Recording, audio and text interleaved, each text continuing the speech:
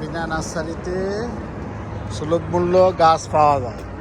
ফুল গাছ, ফল গাছ, বিদেশি ফল, দেশি ফল সব পাওয়া যায়। সুন্দর সুন্দর ফুল গাছ।